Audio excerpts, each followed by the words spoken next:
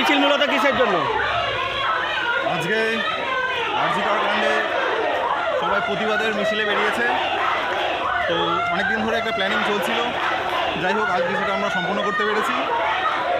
ভালো লাগছে হেঁটে, এটা আরও আগেই বেরোনোর দরকার ছিল।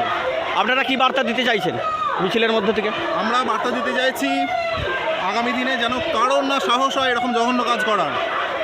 এই রকম জঘন্য কাজগুলো দিনের পর দিন বেড়েই চলেছে, একটা ঘটতে না ঘটতেই আরও অনেকগুলো ঘটে যাচ্ছে চারিদিকে। ক্যাপিটাল পানিশমেন্ট তো দরকারই, এত মানে ভয়ঙ্কর রকম শাস্তি দেওয়া দরকার